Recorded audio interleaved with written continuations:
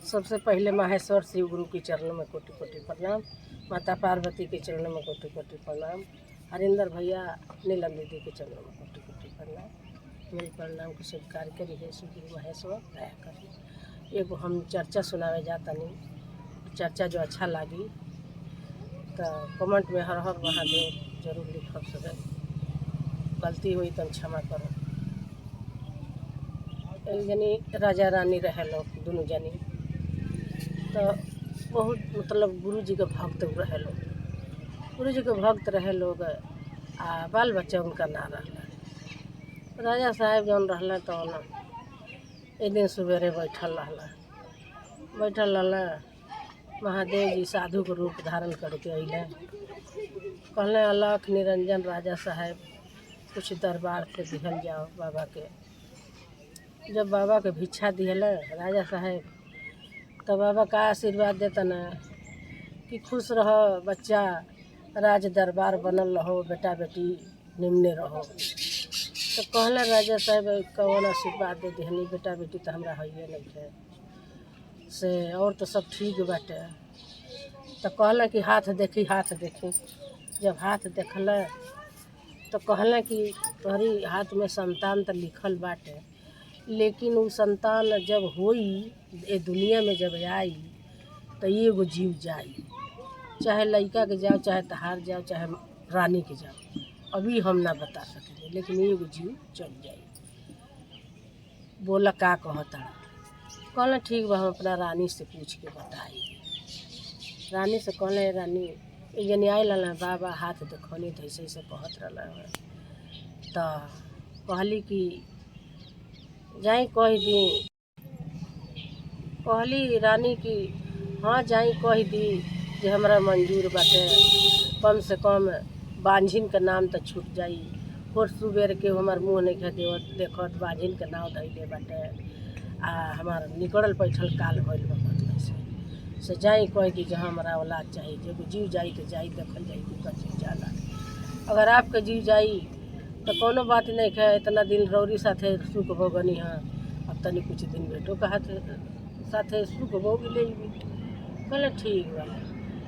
फिर जौन बा पूछ उछ लिहला, फिर बिहान भैले वो महात्मा आ गई साधु बाबा। कहला कि बच्चा पूछला हर आई लिहला? तो हाँ लिहनी है। कहली कि हमरा संतान चाहिए से हमरा जरूरी बाटे। तो कहला ठीक बाले। तो अब वही दिन से जौन बा उनका अंग्रेज दिन गने लागल। जब 9 महीना पूरा हो गई, 10वां महीना उनका जब रानी के दर्द शुरू भइल तो लेके गइल हॉस्पिटल लेके गइल। तो राजा साहब दुआरे बैठल रहना, उनका तो चिंता बनल रहे कि का जानी हमार जान जाई कि रानी के जाई, आकि लड़का के जाई। रानी ना मरती तो ठीक रहल हवे। रानी साहब के छोड़े ना तहिया से लग ही रहे बराबर, जब रानी के मत कुछ हो। हॉस्पिटल में लड़का भइल, जो लड़का हो तो धरती गिरत से ही रोआई सुनल के हाँ जब लड़का रोए लागल तो सुनल रोआई नो। तो राजा साहब के तुरंत प्राण निकल गए, मर गए। जब मर गए ना तो रानी रोए लगल। रानी जब रोए लगली तो उनके लोग समझावल कहल कि तू ही न कहत रहलू है कि एगो जीव जाई तो जाई, लेकिन हमरा चाहिए औलाद।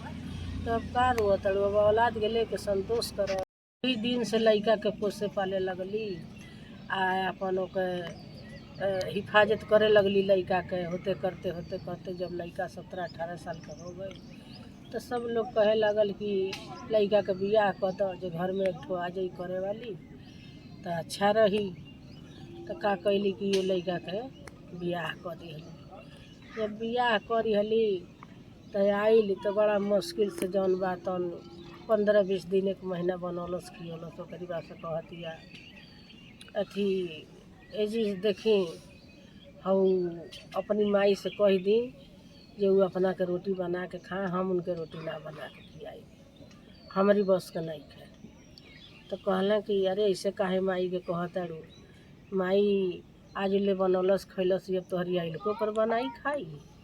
तो ना वो अपना के बना खाना, हम ना उनका खाना बनाई।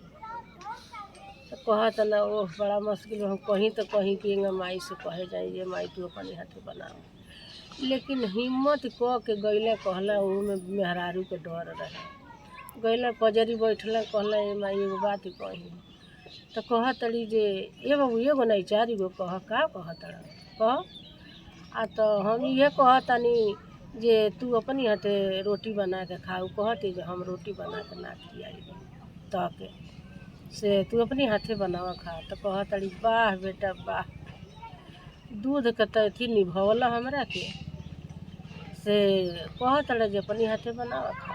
तोहरे खातिर हो, तोहरे खातिर जौन बा तौन हम इतना पूजा पाठ कैनी आ तोहरे खातिर जौन बा तौन हम अपन पति खो दिहनी आ तोहरा के लेके हम सती हो गईनी तो के पोसली पलनी पढ़लनी लिखनी। अब बियाह कर लिहला तो अब कह तड़ा जे हम से कह तड़ा जे रोटी नहीं बनाई खियाई। ठीक बा बाबू कोनो बात नहीं खियाई। पोत ना रहला बहुत जरले बन के भइल कौन कौन तपस्या तोहरी खातिर कैनी, तोहरी खातिर हम अपन सुहाग खो दिहनी आ तू ये तरह के बात बतियावत।